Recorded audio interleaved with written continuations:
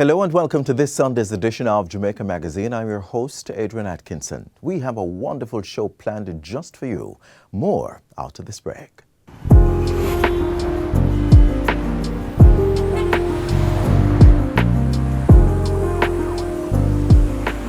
All motorists, pedestrians, private and public operators, motorcyclists, it is important for us to drive defensively. Driving defensively saves lives, and we know that lives are most important to each and every one of us. It is important also to be trained and certified as a defensive driver, for it increases the likelihood that you'll prevent collisions on our roadways.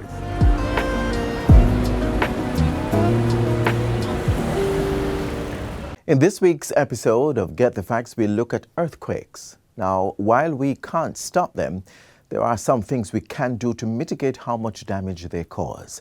Let's watch now to learn more.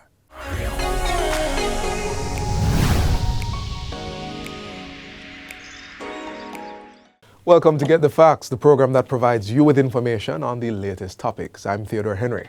January is Earthquake Awareness Month, and we have Richard Thompson, Acting Director General, Office of Disaster Preparedness and Emergency Management, we know it as ODPEM, to tell us where Jamaica is at in terms of readiness and the key things that you should be aware of. Welcome to Get the Facts, Sir Thompson. Yeah, thank you. Thank you. All right, let's jump right into it. Now, hurricane, you hear it on the news. Storm, you hear it on the news. Maybe even fires that are happening in other places. You get some sort of warning. Can you be prepared for an earthquake? You can be prepared. Part of your preparedness is hardening in your infrastructure and also your softer side of preparedness, which is your drills. Okay. But let me just say something quickly before I get into that aspect of preparedness. Now, because you spoke about hurricanes. Right. In the hazard realm, there are rapid onset events and there are slow onset events. Okay. So your hurricane is a slow onset event. You see it being formed 2-3 weeks before an impact. You see it coming. For earthquake is a rapid onset event because of that rapid movement of what we call the plates, right? And for us in Jamaica, we sit on a very active fault line plate system, yes, and we have a lot of fault lines running through Jamaica. So we sit at the boundary of the Caribbean and North American plate margin. And then we have another crack in that plate, which is called a microplate. And we sit right on top of that Guinevere microplate. That makes us very vulnerable. So because of our vulnerability, we have to look at preparedness. And yes, sometimes persons do ask the question, can you be totally prepared for an earthquake? If you have a major event that you're 7.1, 7.2, 7.6, you will have impact. But what you have to do in terms of your preparedness is how you look at the hardening your infrastructure. Okay. And your construction principles, looking at your code system, your building codes. So what we have been doing from a national perspective is ensuring that we have very modern and robust building codes. Right.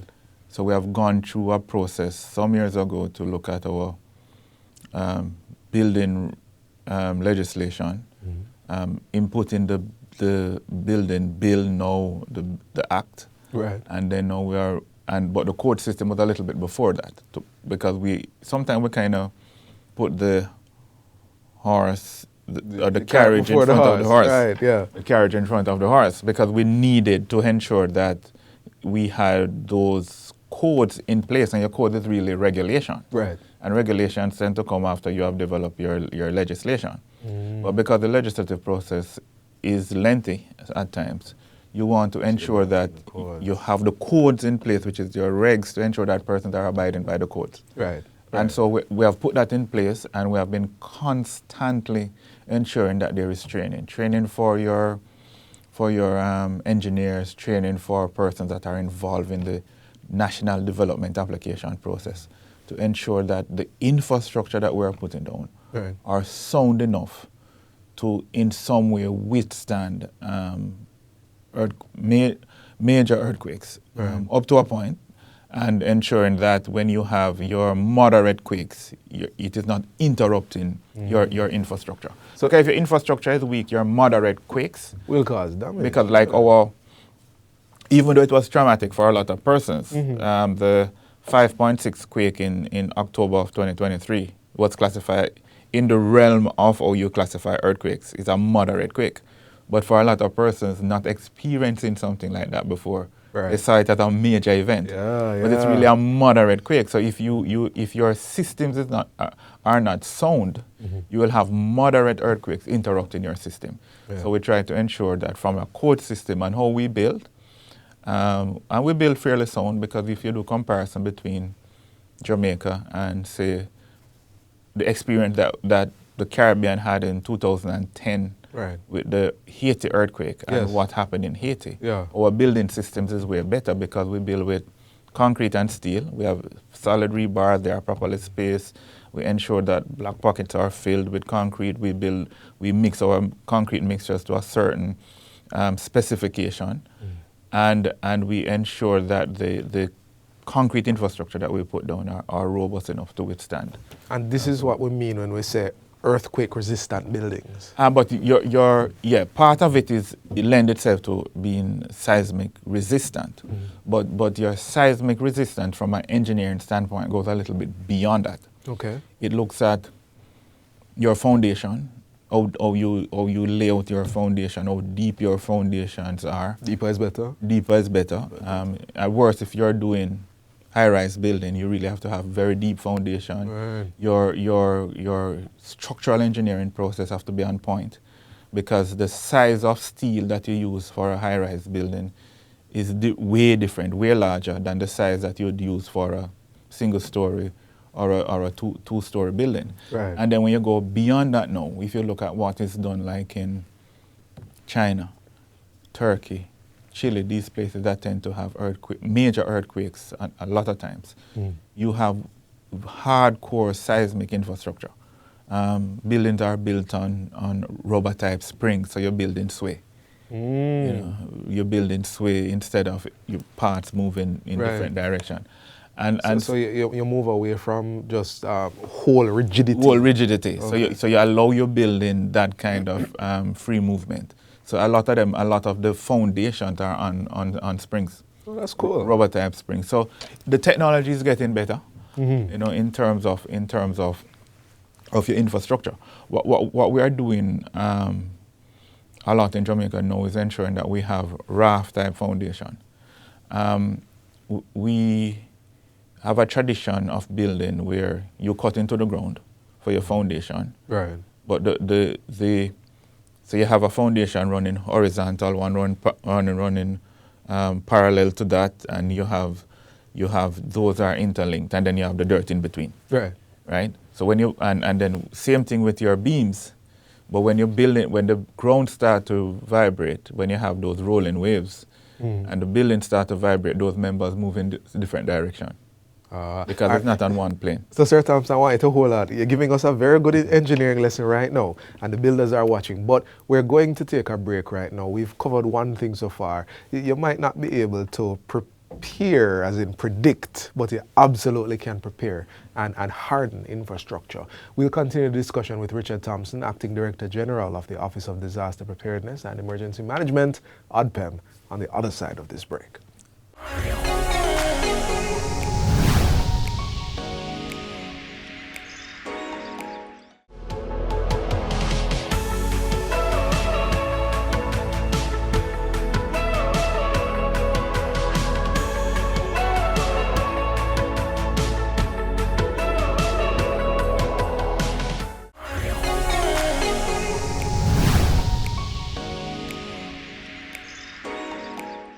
Welcome back to Get the Facts. We're discussing common earthquake awareness with Richard Thompson, Acting Director General in the Office of Disaster Preparedness and Emergency Management, ODPEM.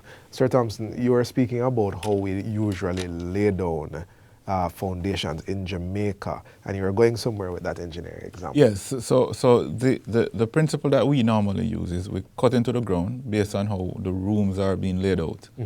And so you will have your foundation running You go the square. Yeah, you go the square, and you have your other linking parts to your foundation. Mm-hmm. And then in between that, you'd have dirt. So when you fill the foundation, you put up the blocks, you normally fill the floor. Right. The floor is not totally linked to the foundation. Oh, it's just a filling inside the box. Filling inside the box, before. Yeah, in the box. Okay. So you don't have that kind of rigidity. So when you have the kind of matte foundation, the matte foundation now, which is being used now, which is your raft type foundation. Your raft, it literally can float. Mm-hmm. You put in all your rebars in that foundation, it's deep enough, and your columns come up out of that, and the foundation is linked, and everything is linked together. Right. So when there is an earthquake and you have that kind of earth movement, rolling waves, and the energy which is generated from the earthquake cause the building to shake, the entire building sways. So yes. Instead of each member moving in separate direction. If you move in separate directions, it will rip apart. Mm-hmm. So as I was saying to you at the break, it's like tearing a piece of paper. Mm-hmm. You have to pull in the separate direction for the paper to tear. Right. You know? Yeah. If you go this, is the paper going to crush it? It's still going to stay together, but it's going to crush. If you move it, then it rips. In different direction, it will rip. So that's what will happen to your members. Got you. So it forms part of the seismic engineering and the modern principles in terms of engineering, in construction. Well, let's talk people now. We've spoken earthquake resistance, we've spoken preparedness in terms of at a national level, building regulations, codes, the legislation getting there. But let's talk people, a person in their house. Mm-hmm. Back in school, we learned what to do Yes. when an earthquake happens. You can remind us of The drop, cover, hold. Yes. So part of it is the principle is to ensure there's a tremor. You get down, which is drop. Don't run outside. Even outside, you move to a clear location. Nothing hanging over you. No trees, no power lines, nothing, as best as possible. Right. And you really should get down and you crouch, because the drop component is actually to prevent you from being shaken off your feet. Oh, okay. In the vibration. So you're already down there. So you're already down there, and if you're standing and you have a powerful vibration, you will be shaken off your feet, and chances are you can get injured. Spinal injury, back injury, head injury. Yeah. And then if you're inside, you still get down. We say get under something sturdy. So you get under a desk or a sturdy table. Well, no glass desk, no glass table. Yeah. Get under a desk or a table, and you hold on, meaning as best as possible you can hold on to the legs of the table. That is to also keep it in place. So you're trying to hold it in place, and you're also trying not for you to be shaken off your feet as well, even though you're down on the ground. I have to jump in here though. So considering that we live in an earthquake-prone country, then part of the things, when I go to courts or this building or that building and I buy stuff, maybe I should buy a sturdy table. I should think about those things. Yes. So and it is even for when we talk about hurricane. I know persons do their roof construction. A lot of the time persons are thinking aesthetic first. And not practicality. Resilience, and not practicality. So it's the same principle for people in their homes. People in their homes. There are a lot of, nowadays you have a lot of glass type furniture. Yeah. Is it practical for us in a very seismic active zone where you can't use those to help you with the earthquake principles that we preach? Because the main thing is to ensure that you're protecting the most vital part of your body and sensitive, which is your head. You know, because you will have stuff coming down in your moderate type shake. In your major quake, your building might pancake into itself, which is your building might collapse, right? But for your moderate, which you have most of those, which is moderate type events, then you will have to protect yourself, because on average we have over 200 earthquakes in Jamaica. For 2024, we had 310 recorded earthquakes. 19 of those were felt events. but they were really moderate type events, the largest one being 5.2 in terms of magnitude. So, but those will take down. Most of them. Most of them you don't feel, Yeah. but they are recorded by the earthquake unit using their seismographs, seismometers, accelerometers. So the earthquake network that we have in Jamaica, it will pick up on those events.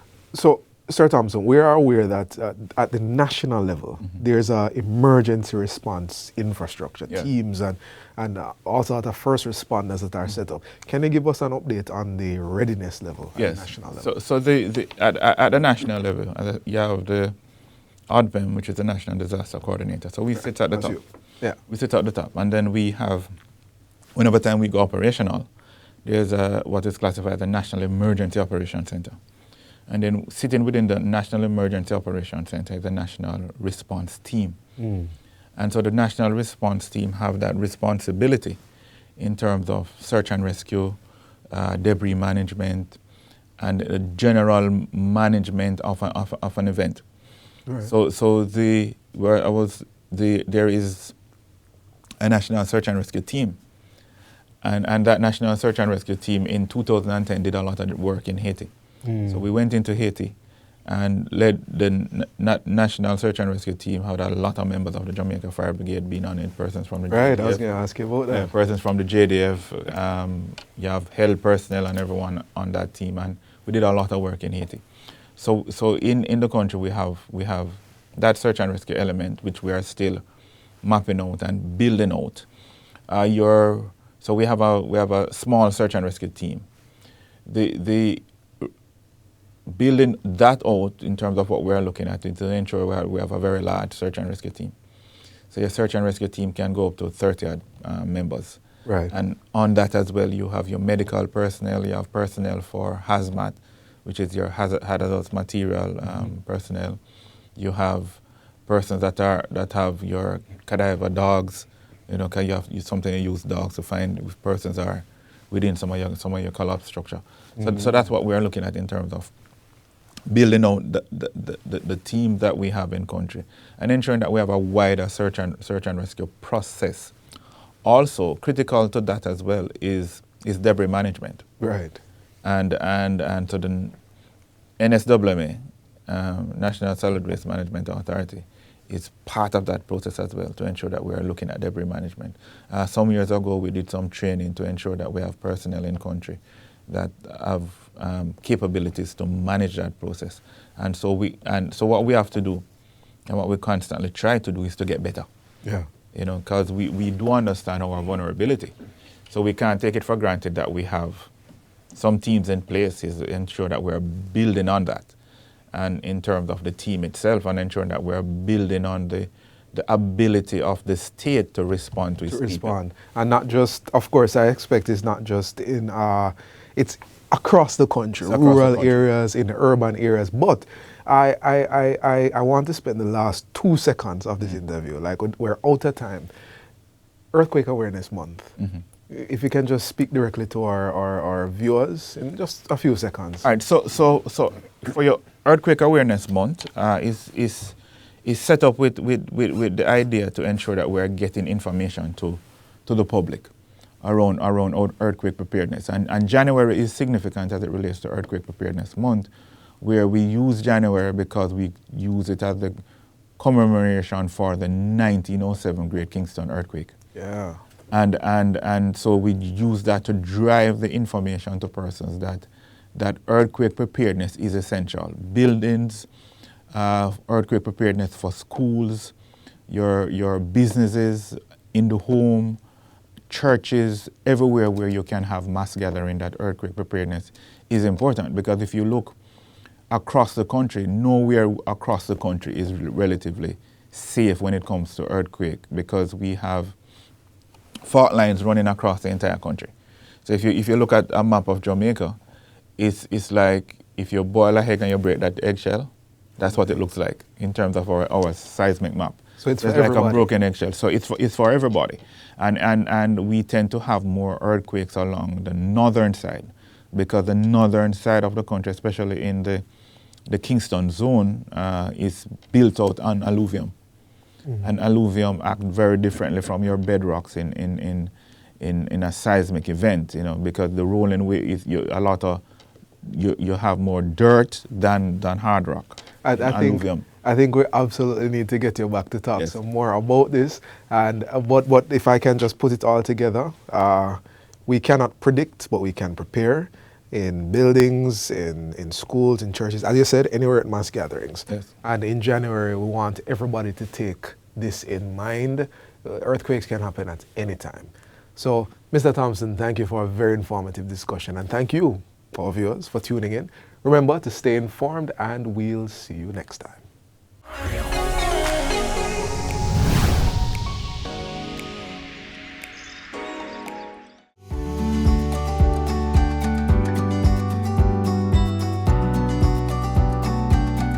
Attitude is something which productivity will require, and a good attitude.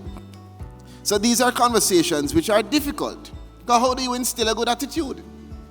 It starts by the kinds of activities that you engage your children in at an early age. What are we teaching our children even in our own homes? How do they see us reacting to challenges? How do they hear us addressing issues? That's what's going to shape their attitude and their mindset.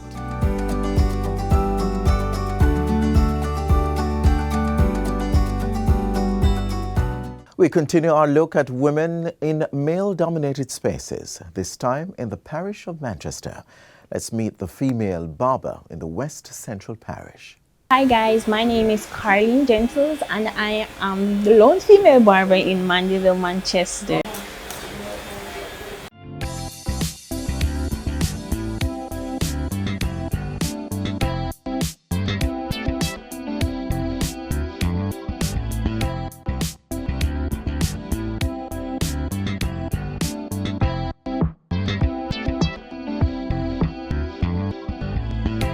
For a while, the Mile Gully High graduate worked as a beautician, micro-shading eyebrows, but she was still struggling financially. I needed another stream of income, seeing that my eyebrow business was not making enough money to pay the bills.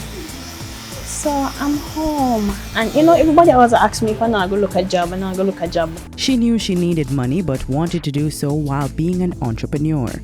What field or area of work was going to help in this regard? She had a certificate from Heart in Food and Hospitality Management. Still, Carleen didn't believe that that was her calling. So I asked the Creator, because anything I want, I gotta ask God, and He's gonna tell me. So I'm asking him, what should I do? One day I was on my veranda, and the idea came to my head that I should be a barber, seeing that there was no other female barber in Mandeville. They hardly have female barbers in Jamaica. So I'm like, you know what, I'm going to be a barber. She knew a guy who was a barber, and he had expressed to her the possibilities money-wise, and this motivated her even more. And then a couple weeks from that, I find myself at this barber shop, and I asked them if they could teach me how to be a barber. The barber she spoke to was this guy, Peter. He agreed to train her, and the others chipped in. And I come every single day and I stand up and I watch. I try. So one time it was so hard. I start crying in a barber shop because they might teach me how to do it. And I did the exact same thing when they tell me to do it. And you know, do it. And it just look away because I mess up the guy here and he keep the feed I go up in the top all the time and they must show me. And it just never worked, but you know, I never give up. We wanted to find out if Peter ever got frustrated teaching her, but she noted he was a tough teacher, but it would be in her best interest. Like if you show me something 1 or 2 times, and then I don't get it, and I go back to him and ask him to show me and believe me, I don't want to make me figure it out by myself, which I always figure it out by myself. Yes, she did. But was anyone going to trust that this young girl has what it takes? At first, nobody never want to meet me. I tell you, I come out of something, not even my fear, me not make me go back home. Not even my fear, but I still continue to come. I used to feel so bad, you know, because I come to work, and everybody else at work and I just sit down here, so nobody know what I did, I make a try. Social media would prove to be the game changer. It is when her best friend posted this video on TikTok that went viral, garnering approximately 400,000 views. And from that, I start getting 1 or 2 customers. And, it just went on from there. People began to show their appreciation for this female barber, and her friend gave her that page to continue promoting her business. We wanted to hear the story of her first paid client, her guinea pig, the sacrificial lamb, if you will, the one who was the first to sit in that chair to get her to this point. Oh yes, I remember my first client. I messed his hair up real bad. I ball off his whole headline. He told me that he wanted a bald fade, but through me new into the barbering, I think a bald fade means that all of it must be bald come straight round, so I end up bald off in hairline. But you know what? He actually tipped me. Now Carleen has been a barber for the past 2 years, and though she still micro-shade eyebrows as a side hustle, she believes that this is her calling. I want to own my shop and probably a barbering school. There is much more to Carleen than what meets the eye, and we were about to find out. She has a lot of thought about life for someone who only lived 20-something of it, but she credits this book, The Secret by Rhonda Byrne, for changing her life and the way that she thinks. She began studying the law of attraction and what it means to speak things into being. In order to get where you are or get what you want, you have to be grateful for what you have. So even though I was coming here and sometimes I wouldn't make my fare, I was still, sometimes I would go home with my $1,000 because I would just make $1,000 for the year, $500, and I look at the money and I say, God, I am grateful for this. It doesn't matter how much money I made, I always be grateful, even if it's just not fair to go back home. And I realized after keep on doing that and saying that, those things just start becoming better. I don't wait for opportunities, I create them. And everybody should not, nobody out here should wait for nobody to provide the opportunity for them, because we are creators. You can create a job and an income for yourself. And she had this to say for other females who would like to enter the field. My advice to other females that wants to do this is that you can do this. You can do this, or you can do whatever else that you want.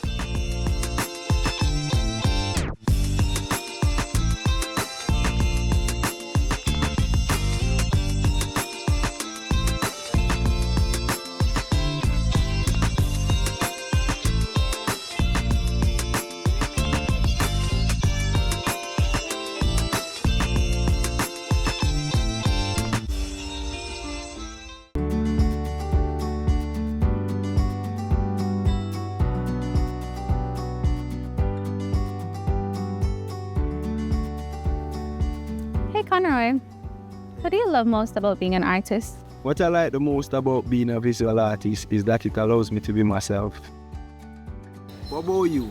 I love the fact that I'm able to express myself without using words, and I can let people get a glimpse of what goes on in my mind. If you are someone has a passion for creating, whether it's fine arts, web designing, makeup artistry, or even pottery, that's something we don't see every day. Don't let others stop you from going after your dreams. We all only get one chance at life. Make sure you live for you.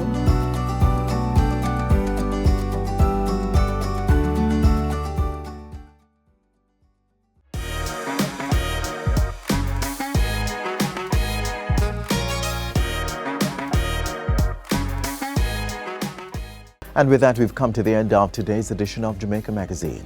To catch a repeat of this or any other, feel free to log on to our website, jis.gov.jm. Until next time, I'm Adrian Atkinson. Do take care.